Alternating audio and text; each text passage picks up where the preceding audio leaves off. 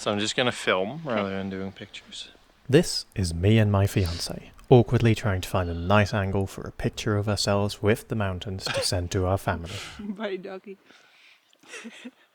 We are from the Netherlands, the land of bicycles and never-ending rain, but in this shot we're in Vålådalen, in the north of Sweden, near Östersund and the Norwegian border. This was our second trip to Sweden. Our first one was actually quite a while before, in October 2021. That trip was quite a bit shorter than the one this video is about. We had no idea what we could expect from the country at the time, but the journey already served the same purpose. To scout whether northern Sweden, with its vast empty landscapes and convincing winters, would be a place we'd want to live. Our first trip gave us confidence. It was a gorgeous place, with friendly people, and it was, in all the right ways, surprisingly much like home in the Netherlands. On that trip, we learned what landscapes we appreciated, mountains, which we didn't, flat farmlands, as well as whether we felt we'd fit in from a cultural perspective. But this time, in Vålådalen, we'd come with a concrete mission, to explore how it would feel to be in the north for 2 weeks in the heart of winter, with short days, long nights, and snow all around. But she's having fun, she likes the snow. Don't you, baby? This was shot on New Year's Eve in the Netherlands, where we live. You might wonder what that has to do with our trip to Sweden. It doesn't much, really, but that morning we'd be starting our drive to Sweden. The first 2 days we drove through Germany and then Denmark. These drives were really quite boring, so this is pretty much the only video of that. Our first night in Scandinavia was spent in this interesting trailer in the countryside near Odense. We were built separately for heat, so it was a nice and damp 16 degrees Celsius inside. It was a nice and quiet spot though. From here, we started the drive to our first overnight stop in Sweden, in the hills near Gothenburg. We covered the final Danish island, quickly making our way around Copenhagen, and then it was time for the Öresund Bridge. Now, we may or may not have forgotten to record that, so the footage you're seeing of that crossing here is actually from our first trip to Sweden. That there, what just appeared behind that barrier, is the first part of Sweden. It's a pretty place. Other side as well. And that's even more Sweden. Incredible. On our last trip, we drove down the eastern coast through Stockholm, only discovering the mountains west once we were already in the north. This time, though, we knew we wanted to be in the west, so the road took us through Gothenburg on the western coast instead. The lowland farms were quickly replaced by rocky hills covered in birch and pine forest. The drive to our cabin ended up being far harder than we'd anticipated. We were driving down narrow, curvy roads with steep slopes on a wet and slushy road surface with temperatures right around freezing. Now, we once again didn't actually film any of this, because we were a little bit busy being terrified. But I can show you this photo from Street View in autumn in more or less the same location. And then, with some skillful image manipulation, that's a pretty solid representation of the road. After a nerve-wracking half hour, we finally, after various wrong turns and stressful reverse turning maneuvers, found where we were supposed to be. It was a very pretty spot, on a hill overlooking a lake, but by the time we'd found a flat, not swampy place to park the car, the property's intended parking space looked like this. The sun had set, and light was quickly fading from the overcast skies. We had a lovely, warm, cosy evening, although unfortunately without a wood fire, and had a good night's rest. And then, early the next day, it was time to get moving. From here, we'd have 2 more night stops before our destination, and we'd follow a similar plan for each of them.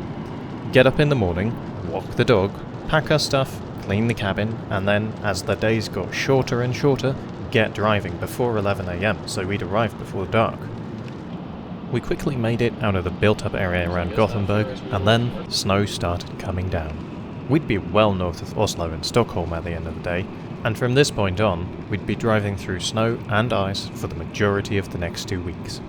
Having never driven in snow before, I was pretty nervous that first day. Everyone around me seemed to be as well.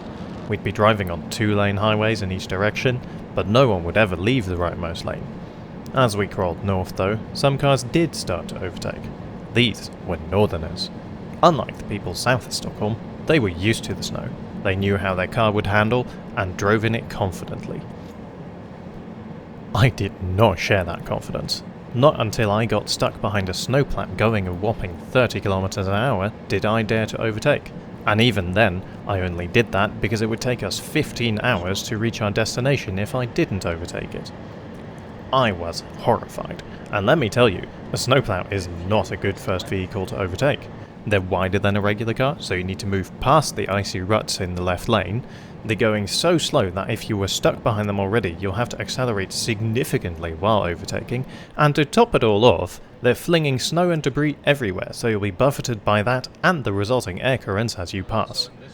As you probably guessed from the distance of this video though, we did make it through that maneuver. I wouldn't exactly have called it confidence inspiring, but it definitely made me get a feel for driving out of my lane. From here, I actually started to overtake slower vehicles more and more, and while I was still terrified at times, I got pretty comfortable driving in these conditions. The road part of this road trip was definitely less fun than it had been our first time though. At the time, we would sing along to music and have fun conversations, but driving like this was an intense and concentrated activity. I didn't want music on, and most of the time I wasn't up for conversation. The steep, narrow roads without lines or dividers, intermittent rough ice and packed snow surfaces sapped my energy. I can only imagine this is what an unpressed like button feels like. On this part of the drive, we were actually sent over a forest road. That ended up being a dead end.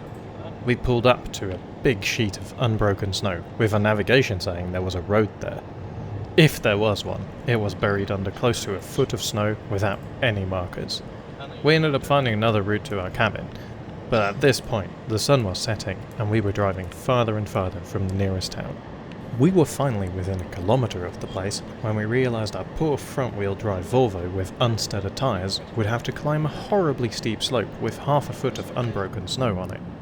Keeping the car in first gear and keeping the revs high while playing with the clutch when needed, we somehow managed to make it up without any real problems. Rather typically, we found out when we were leaving the next morning that there was actually a far easier road up and down the mountainside. Anyway, we settled in, had dinner, and then I went out with the dog. It was pitch black outside at this point, but this was the first time that we were out here in the nothingness.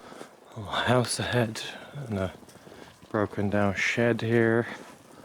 Lots of abandoned places around. I loved it. It was quiet, spacious, and incredibly peaceful.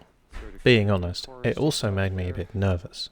I hadn't felt this alone in, well, as long as I can remember, really. Not lonely, to be clear.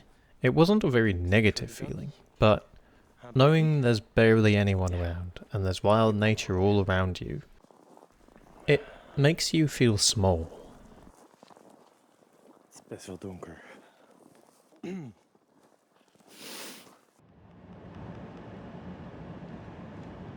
Leaving that cabin in the morning, we really felt like we were starting the last leg of our drive.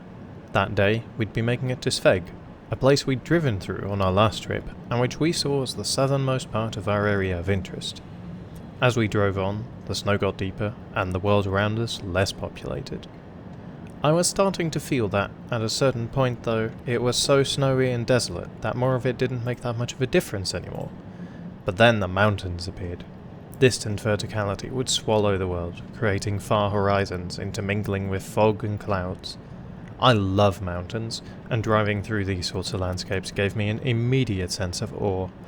I often wished I could just pull over to sit and watch for a while.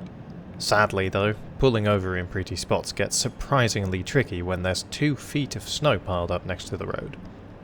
At some point, I really needed to go to the bathroom, and I noticed a convenient parking spot cleared of snow on the side of the road. We pulled over, and I got out, intending to walk into the woods a little bit. The world did not agree with that plan. Along the road was a snowbank literally up to my chest. It's easy to misjudge sometimes, sitting in a car, but there really was a lot of snow in some of these places. Despite the copious amounts of snow alongside the roads themselves were not much worse than the days before. We arrived at our destination for the day, for once actually before dark, without too many noteworthy events, other than the piles of cool views which we didn't record. When we arrived, we promptly started playing in the snow. This was the first time on our trip, heck, in our lives, that there was really more snow than we knew what to do with. Right here, my foot disappears into 1.5 feet of snow. This is a lot of snow. Even more impressive to keep in mind at this point is that this is filmed in January. That's the middle of the snow season, which means in an average snow season, roughly another 2.5 times this will still be added on top of what you see here. Okay. Go for it, my love. Miren, nee. No, I think this is worse, actually. I don't think Mirin, our dog, would at all mind more snow. You need help? With the dark settling in, it was starting to be time to wrap up the day. And the next day, we'd finally be arriving in Volendalen. Insane doggy. Ow! My hand. You grab snow, I must murder. Now, the keen-eyed among you may have noticed that this video is about to end, while we haven't even made it to our destination in Volendalen yet. I commend your keen-eyedness, because indeed, this video is going to end without us reaching Volendalen. This trip really has two halves, and our initial journey north is just the first one. I don't think it'd make much sense to stick another 15 minutes on the end of this, so instead, that'll be its own video, which will hopefully come out soon. I do hope that, whoever you are, this video has been entertaining, and maybe even a little inspiring to you. The journey will continue in our next video, with more mountains, more snow, but also more thoughts and feelings. Until then, I'll leave you with some more footage of the dog playing in the snow. Thank you so much for watching, and I'll see you soon.